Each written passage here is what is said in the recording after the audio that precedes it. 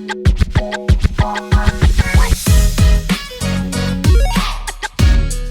everybody, welcome back to Artist Corner. Today I have with me Josh. Go ahead and introduce yourself a little bit. Hi y'all, so my name is Joshua Sines. I am a senior at University of the Pacific studying sociology. And yeah, I'm excited to be here today. I've never done this and this is really cool, so thank you for having me, Emma. This is really exciting. Okay, so we're just gonna jump into, actually, how about you give us a little bit of background about your work and everything, what things that you find yourself, what kind of art that you create? I'm mostly a vocalist. First and foremost, I've been singing and studying voice since I was in high school, but I've been singing since maybe I was 3 years old, honestly. Up on a stage in front of 500 people, 5 years old, I was like up there for some reason. Yeah. Like who gave me that? Who told me to do that? But since then, I've grown in the forms of art that I do and create. I've since then become a visual artist, so I've loved drawing and I love painting as well. I love learning about it, and I've definitely grown in my art, my visual art more recently as well. I'm also a musician. I play the piano and a few other instruments. I also I love writing poetry and lyrics. I don't produce so much because I'm still a little shy when it comes to lyrics and poetry. It's very intimate, so you know how that is. Yeah. But yeah, there's a few forms of art that I like to pursue in my life, and there's probably more. But yeah. Great, awesome. So what is your favorite music artist right now? At least? My favorite music artist. Yeah. Honestly, I've been really kicking with Dua Lipa recently. Okay, Dua Lipa, for some reason, the poppy vibe, the I don't know, it's been getting me. I've been listening to her for the past few days, just like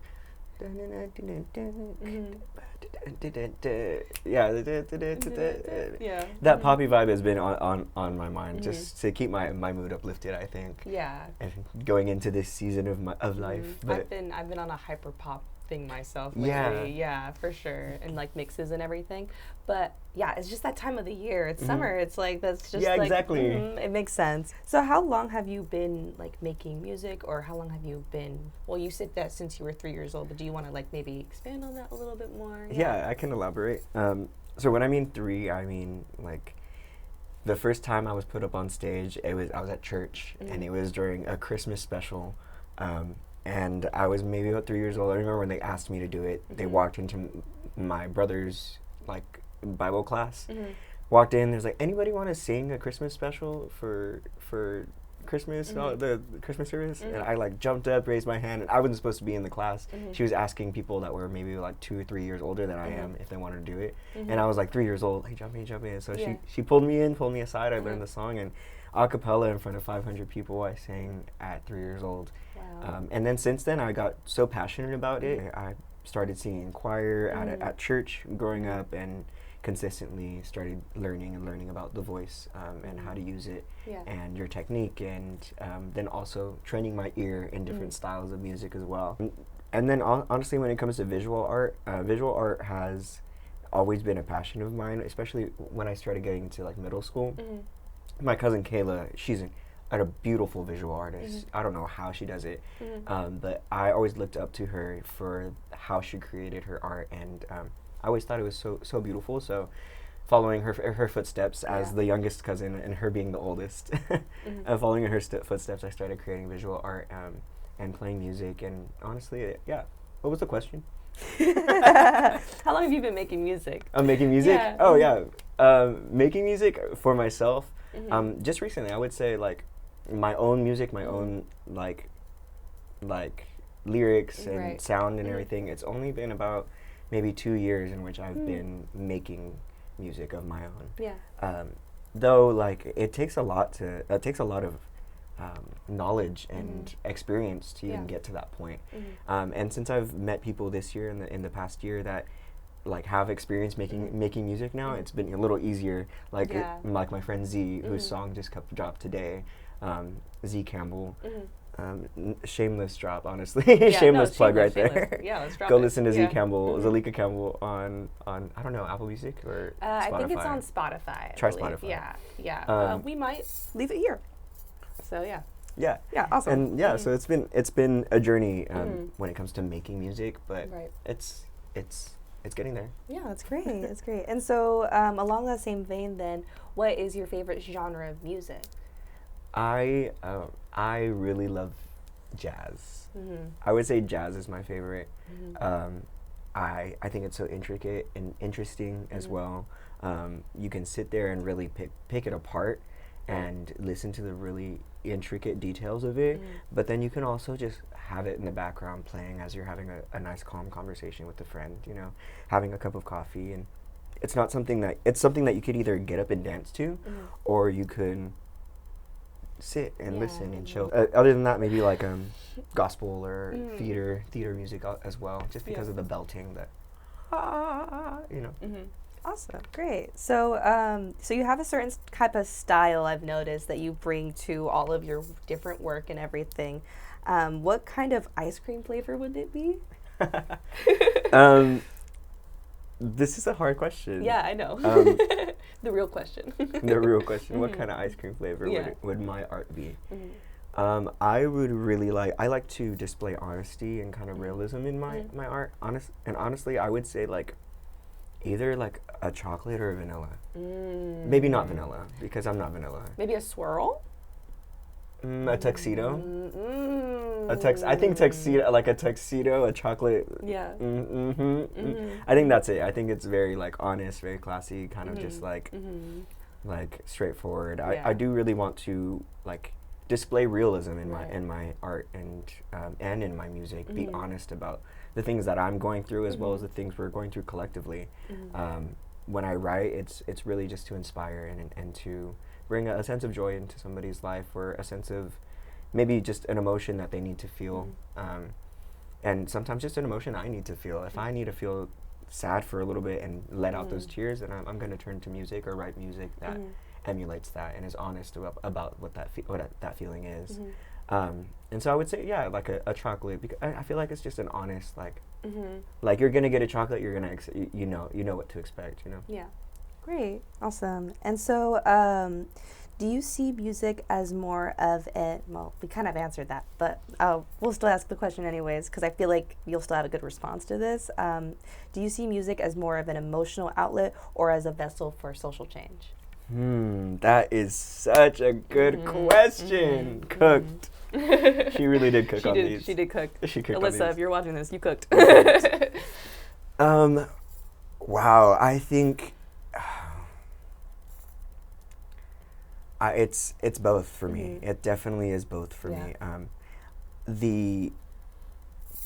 The point of music for me, as well as performing, it's not just I don't perform for the attention or anything. Right. It's really about telling a story. And as you're performing, when you're singing, or even making art, visual art, you're telling a story through what you're doing, through the music that you're playing, the words that you're saying, or even the stroke of paint that you're putting on a piece of paper. It's a story to be told, and as you are telling that story, that elicits emotion into other people. So as I'm writing music, I want to elicit emotion, and that emotion, it causes movement. And I remember back in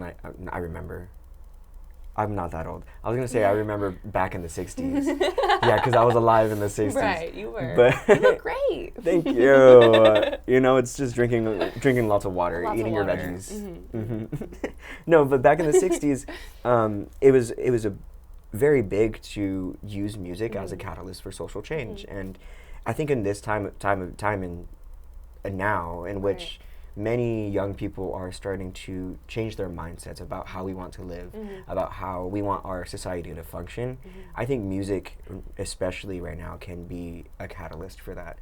We all connect in that level of music. Music is the language of all people. Yeah. And I believe, like, as I continue to perform, I really want to emotionally invest into it, invest into the music I perform, and then as well as I'm emotionally investing, move people to emotion so they can cause change within themselves and then eventually change around them. Great. That's wow. That was a great response. Wow. So so how many instruments do you play? You touched on you play the piano, but we're interested to hear what other ones you do, and what inspired you to learn each one? All right, so we'll start with piano. Okay. I learned piano because my mom made me learn piano. It's kind of one of those things as a vocalist. You really have to know piano. It'll support you throughout your whole journey as a vocalist. You'll learn how to play music at that point, and now I can play songs as I'm singing, and so that was kind of my motivations with piano. It's also just a beautiful instrument. My mother always used to tell me, when I'm old, I want you guys to be able to sit at a piano and play me a sonnet. I cannot play a sonnet. I can play some jazz chords. I can play some jazz chords. I'll give you a sixth and a ninth, but maybe not a sonnet. Maybe one day, but my other instruments, I started off with piano. I went to ukulele. I tried guitar, but my fingers just don't work like that. So I did ukulele instead. Ukulele is just, it's like that fun little instrument that everybody has, when you're in middle school, everything. Somewhere over the rainbow. Exactly. Yeah, we know the song. And then after that, I learned cello, actually. I really loved the cello. I didn't continue it after maybe 3 years of playing, but I really want to pick it back up again because that instrument, it is so beautiful. What else? I think that's really it. I don't really play that many instruments. Piano, ukulele, cello. I used to play the violin for like once upon a time, a year. But my main instrument is my voice, definitely. And the voice can imitate anything. I mean, if you train it hard enough. Right. Well, train it well enough. Great, awesome. And then, so you are multi-talented. You sing, you play instruments. You're a visual artist, right? So what is a medium of like expression that you can't find yourself that if you lost all ability to do all of these talents except for one, which one would be the one that you would end up having to keep? Like, I would definitely keep my voice. That is like, if I'm feeling anxious, if I'm feeling emotional in any way, my first instinct is to sing. It calms me, it calms my heart rate. If it helps me see different perspectives, and sometimes helps me sometimes I'll get music in my head and it's like a message from like the universe telling me like, oh, like remember this, think back to this moment, think back to this song, listen to this lyric in your head and sing it. And then once I do, I'm like, oh wow, this showed me something right now. So if I lost my voice, I don't know what I'd do. That'd be so sad. I could do without drawing. I could do without painting and or playing an instrument. But if I definitely would have to keep my voice. Singing. It is one of those. It's one of those ways of expression that everybody can do, and everybody's like, "Oh, I can't sing." Like, no, everybody has the ability to breathe, and if you have the ability to breathe, you have the ability to sing. And it may not sound good, but your capabilities to do so are healing to yourself and to others in some ways. Great, awesome. So we do have one more bonus question for you. I didn't tell you this question. No. So this is a question we ask everyone who comes onto the show.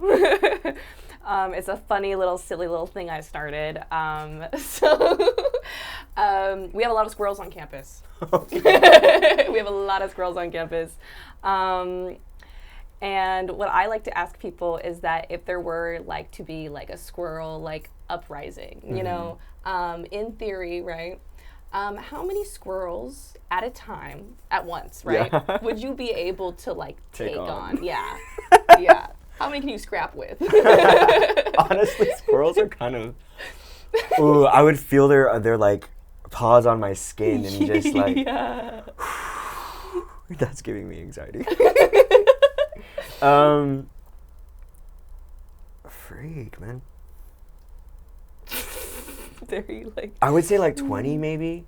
Really? That's so many. That's so so If I had a many. stick, maybe, like, I would just chuck them, you know, just grab it. That's so many. You Okay, really think 20? 20 is a lot. Actually, yeah, that would hurt. Squirrels. Okay. Maybe like 5. Okay, 5. Maybe No, like 5 is actually. a solid number because that's what I said. Yeah. Kyle, our cameraman behind us right here. Hello, Kyle. He said also 20. I think 20. 20 is so many. It is a lot, 20 but is so many. you could just like kick all of them and poor squirrels.